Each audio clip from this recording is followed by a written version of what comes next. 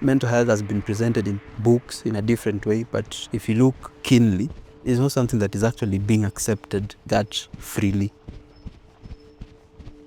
There's always a disconnect in a way.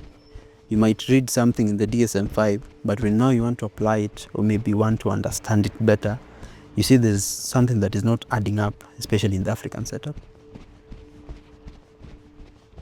The Shamiri model, to me, is just an eye to what actually is needed in the African setup, to say.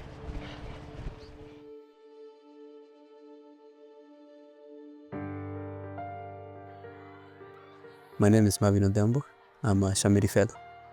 I'm a recent graduate at Egerton University, or better yet, awaiting graduation this year. I was taking Bachelor of Psychology, and I work as a mental health advocate, especially digital mental health advocacy. I also work as an artificial intelligence specialist, where I try to leverage the power of artificial intelligence for mental health innovations. I also work as a youth empowerment champion, where I try to do that through storytelling research and youth engagement. What drew me to the Shamiri program is because I came to realize it's not about fixing an individual, but working with them side by side as peers.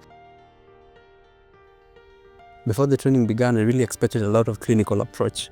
My background in mental health advocacy and psychology, I think, influenced how I even engaged in the previous engagement with the youthful population. And so I expected a lot of clinical jargons, but I came to understand that the intervention taught three basic things, and those were the character strengths, from gratitude to growth mindset and how to identify values. And this taught me to be a present facilitator.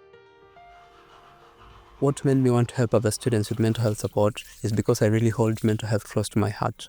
I've been a lived experience and been in spaces where mental health conversations are disregarded or even dismissed because of various reasons, from cultural beliefs, from education, or maybe lack of better information on particular issues around mental health. And this realization propelled me to not just create awareness, but get to create an impactful engagement through mental health advocacy. This is always my morning tree. I usually get my day on by doing this. It's usually like a hack for me, because normally when I come out of this, after being sweaty and all that steamy, I really take a cold shower and get my brain activated in a way, and it really helps me go about my day in a proper way. In most schools, you might express yourself to a teacher, and then they come to class and they use your example to the class, and you feel like it really diminishes you. And so I think majority of people really tend to keep things to themselves. Having somebody that is almost close to your age, or maybe within the same age group, is really something that a lot of peers really need in terms of getting them in a space where they can express themselves. Now this will be our final sprint for the day. All right.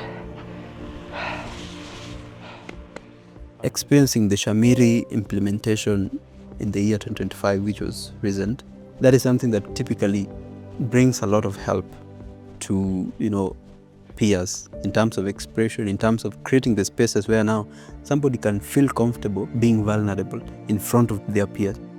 If we're in a school setup and there's something that is affecting me and somebody has actually recognized it, then I can also express myself so that I get help. What Shamiri now has really brought to play is the fact that we can not necessarily go all the way to use a lot of funds in terms of getting interventions on things that really can be derived from our communities.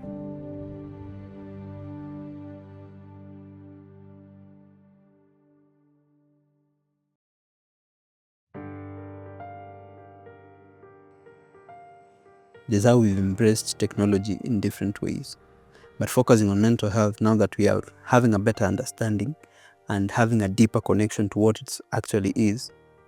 I think incorporating it in our life is going to help us in terms of even looking into the future, because it's not just about us helping ourselves in this generation. And amazingly enough, I've found myself getting interested in tech and the intersection of artificial intelligence and mental health, because I really feel like this is how we are going to help most aspects of mental health. A headline I hope to see 3 years from now is 1,000,000 youths that have benefited from this program. I'm hoping that maybe by the time we get to 2030 or 2027, we get to have a lot of impact through this program in a way that it can also be scaled up.